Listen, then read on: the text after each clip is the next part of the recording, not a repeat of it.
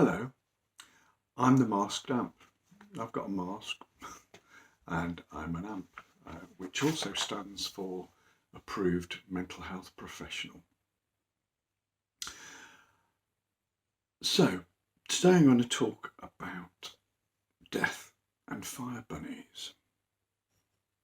I got my first job as a social worker in 1976. Before that, I worked for a while as a junior house parent in a children's home. I'll tell you more about that at some point.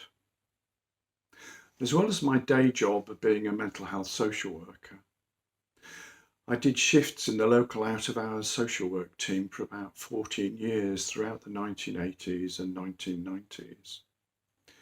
You were very much on your own. There were 2 social workers on duty covering a county that was 75 miles from west to east and 50 miles from north to south. A deputising service took calls and passed them on to these 2 workers, who then dealt with the referral as they saw fit, whether it was a mental health act assessment, an allegation of child abuse, a frail elderly person needing a night sitter, or anything else at all that could conceivably fall within the remit of social services. You were pretty much allowed to make your own decisions without interference. Often, it was as much about what you decided not to do as what you did. One winter's evening, I received a call from a medical ward in a hospital. The sister was concerned about Erica, a woman in her 70s who had been present at her terminally ill husband's bedside when he had finally died. "I'm very worried about her," the sister said. "She won't stop crying. We've got her in a side room and one of my staff is with her, but we're worried she might do something silly if she goes home. She might need to be admitted to a psychiatric hospital." I couldn't help feeling that the quality of the referral was dubious. After all, isn't someone entitled to cry when a loved one has died? Isn't it something that nurses on a medical ward come across frequently and ought to know how to deal with such events? However, the sister maintained that this wasn't normal and that Erica needed to be assessed. In the end, I decided I had to go out and see Erica, although I was not going to treat it as a formal assessment under the Mental Health Act, which seemed disproportionate in the circumstances. The county being so geographically large, it was about an hour before I got to the hospital.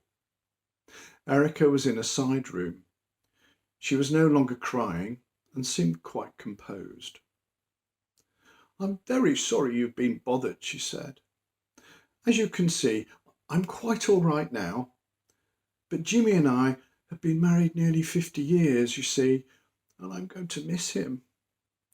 A tear sprang into her eye, although she didn't sob.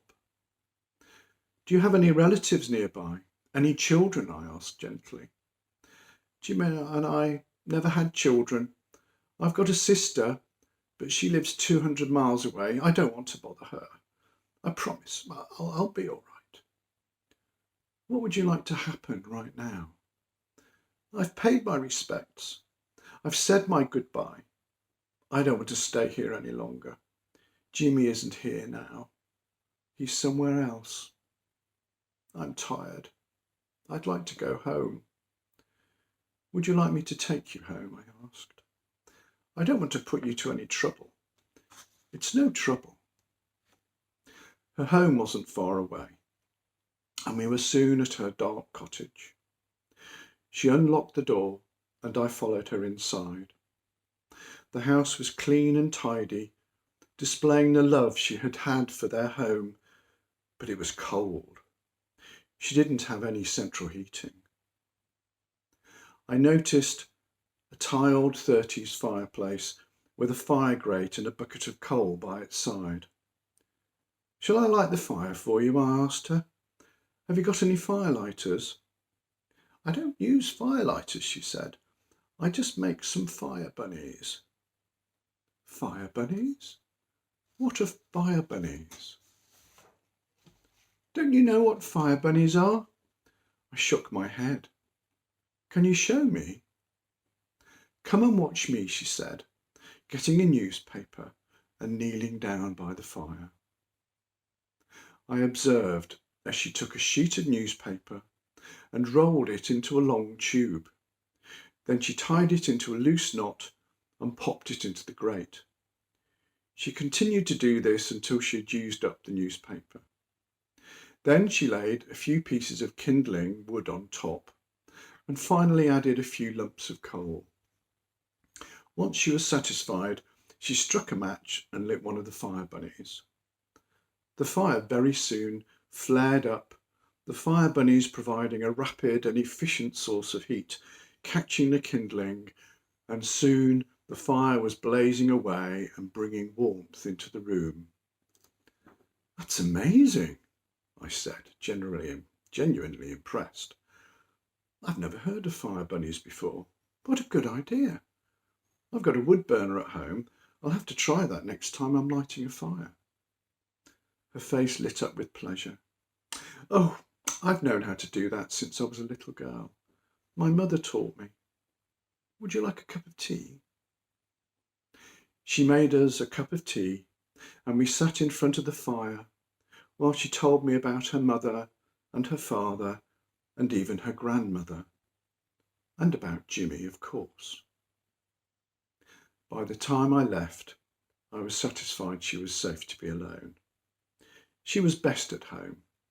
I knew she had a long journey ahead of her and it wouldn't be easy, but she was already beginning to process her grief. She would make it.